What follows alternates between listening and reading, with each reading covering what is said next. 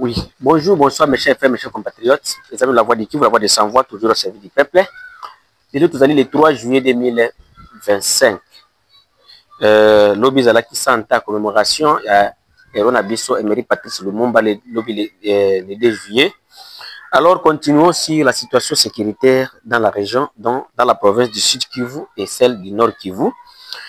Premièrement, Bandeko Nangai Ezali, message Nangai, nous allons s'adresser auprès de Bandeko Nangai Bazalendo. Et puis, je m'adresse aussi à tous les communicateurs du chef de l'État et à tous les Congolais, va comprendre qu'est-ce qui se passe. Quelle politique, une politique qui a sacrifié Bandeko Nabiso Bazalendo. Premièrement, avant de quitter na Uvira, complot macabre dans la carte de ville de Uvira pour qu'il va arrêter la majorité des autorités ou des dirigeants de Wazalendo. À l'heure où je suis en train de vous dire, il y a des affrontements.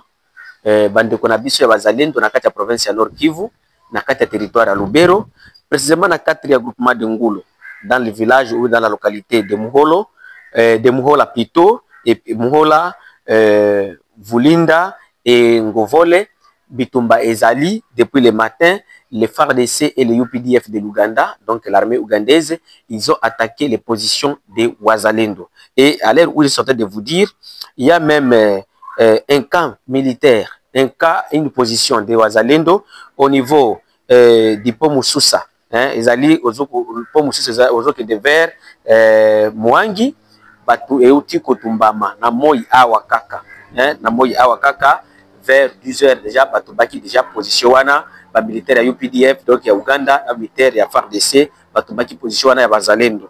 Alors, donc ba village est belé, ba localité belé, ba population est kimi na kati ba localité belé, ceux qui ont vu la route qui quitte Musingiri vers Vuyinga.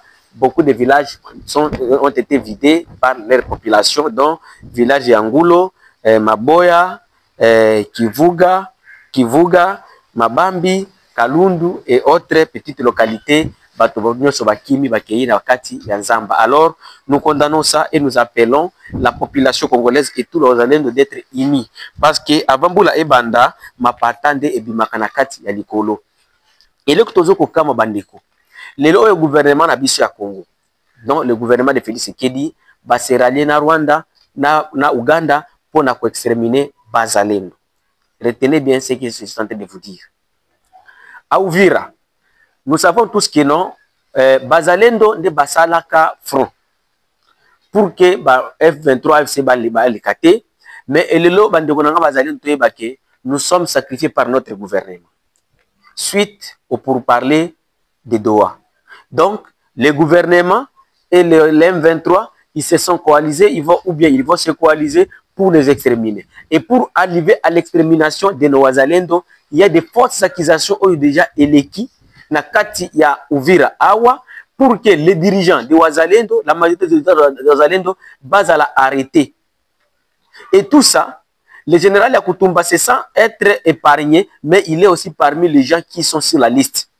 Premièrement, les gens qui vont être arrêtés bientôt à Uvira, il y a Mika, c'est un officier du général Makanaki Kasimbira John.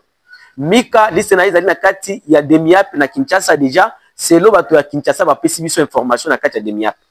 Il y a Mika, il y a Mamadou et il y a un certain Justin de FPDC de Mtetezi. Tous ces gens, ils seront arrêtés pour que Batinda Bango, même le général René, ils seront arrêtés et puis bazota la neni position va koki pour arrêter batu oyo pour que kanga bango na Demiap.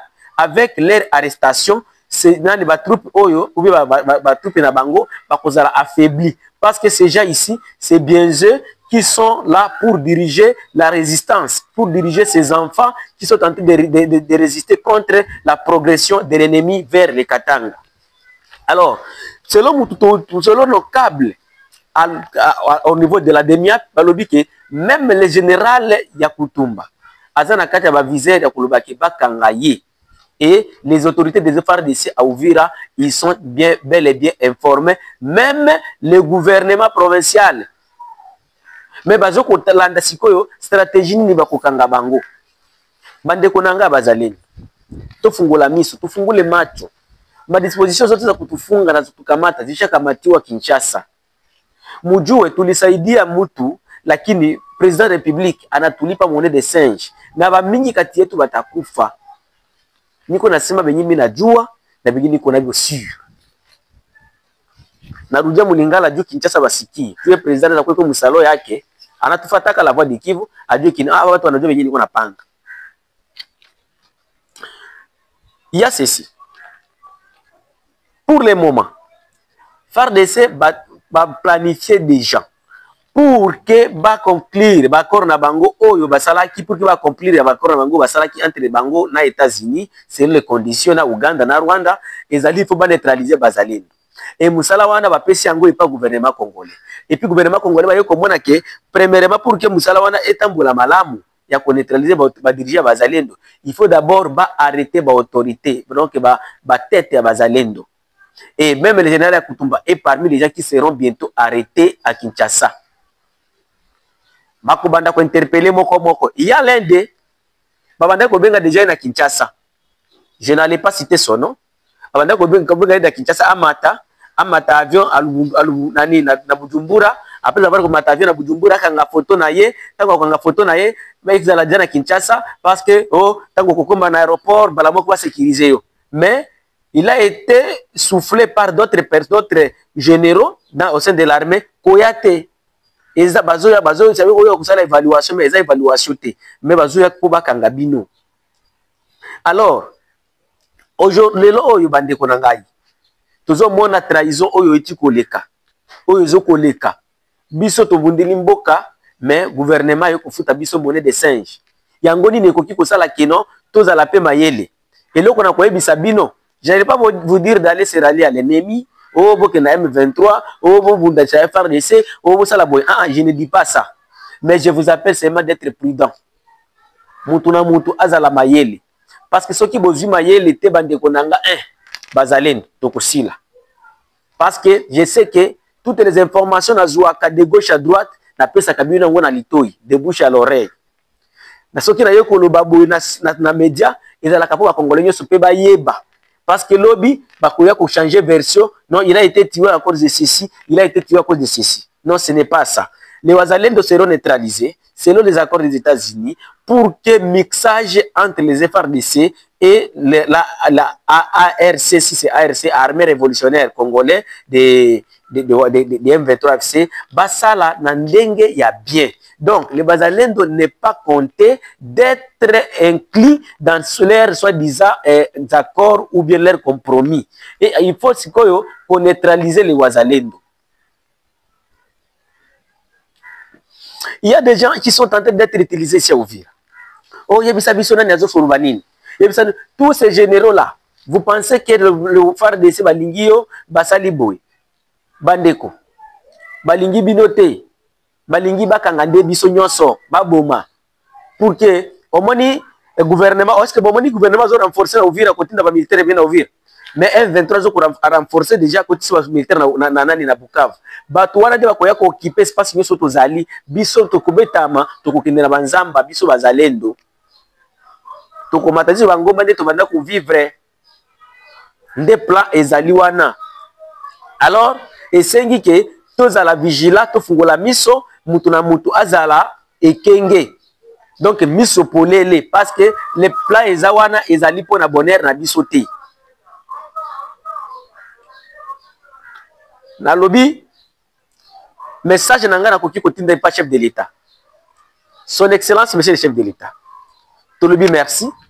Na ndenge nyonso ezoko futa bazalendo parce que tout ce que vous êtes en train de préparer, tout ce que vous avez signé avec l'Ouganda, tout ce que vous êtes en train de converser avec le Rwanda via les États-Unis, tozo yango po batunyo so bayini bazalendo te et yango tozo ko dénoncer la voix de Kivu, la voix de sans voix. Il y a des gens qui m'écrivent que non, il chef de l'État, il chef de l'État te. Mais je suis en train de lutter contre la mauvaise gouvernance et les antivaleurs, ingratitude. Au chef de l'État azokola qui ça envers les gens qui se sont donné corps et âme pour défendre la patrie. Les locaux qui CP là, excellence, son excellence chef de l'État Félix Tshisekedi Tshilombo, Antoine Makombo Tobingi Betom Kwantombolo. Mais vous pouvez signer les accords, mais l'accord wane koki ko éliminer yo. N'oubliez pas que le président Abiyarimana et le vice-président Ndagyamira bakufaki na ndenge banda kuta na kati ya accord na Arusha. Après avoir signé les accords, bakanisaki ke basilisi zokande mungura na ye azoko planifier ko éliminer. Si je ne me trompe pas, même au Soudan ça a été na ibiskombo na bosani komba mutu yango na Soudan dans les années antérieures. Même ici chez nous, après les accords de Lusaka, Laurent Désiré Kabila était toujours assassiné. Aujourd'hui, au Kiko chanter triomphalisme, Kolobaki a gagné guerre, oh, sali au Tilsi guerre nabik, mais guerre en Kiko Memayo. Rappelez-vous que c'est depuis 2022, après Yoko Bandakotin, dans un message Yamabe, tout ça là, sous émission, la voix du Kivu dans la émission. Kolobaki, non, il y a une préparation au Rwanda pour éliminer Félix Tshisekedi. Dans la émission, en 2022. Pour kanisate que nos babos sani batouana. Mais les lots olingio éliminer bateau oyo basungi basungayo balingio éliminer bateau oyo bazoko bondela mboka pour l'intérêt de tes accords donc qui sont tentés de vous donner la garantie de rester toujours au pouvoir. Mais ce pouvoir là au qui se retrouver lobby aux places wanate. Mais bazalé de vous la mission. C'est vous qui êtes les cibles. C'est vous qui êtes les cibles. C'est vous qui êtes les cibles. Nous avons toutes les informations ici. Et je vous envoie tous les messages en privé dont je ne peux pas parler ici. Et puis, chef de l'État, même Taba, tant que vous avez de Kubomayango, bapesa kango matiti. Azo pesa ngo matiti. Lia, zokande à 12h, bakoliaye. Bande kona biso nord ki bazo kuzwa moto. Bino pe bokozwa moto. Ça ne dit pas que Uvira vous êtes tellement spécial. Il y a un coup qui est tenté d'être monté dans cette même ville d'Uvira. Dans cette même ville ici à Uvira, il y a un coup qui est en train de se monter contre les dirigeants de Wazalendo.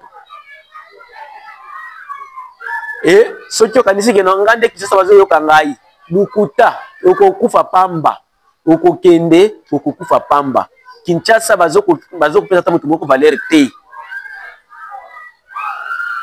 Et je sais que vous tous, vous êtes déjà au courant. Et j'ai déjà distribué même les messages en provenance de Kinshasa. Mais je suis venu devant la caméra pour que Kinshasa ait contre ou planification que ce soit les mouvements M. Mika, M. Mamadou, les gens de Tetezi, Yakutumba, population, René Itongwa et autres, la population est déjà au courant. Et nous avions déjà informé la population que notre ennemi, ce n'est plus loin, il n'est plus loin, c'est notre gouvernement. Mais je ne vous condamne pas.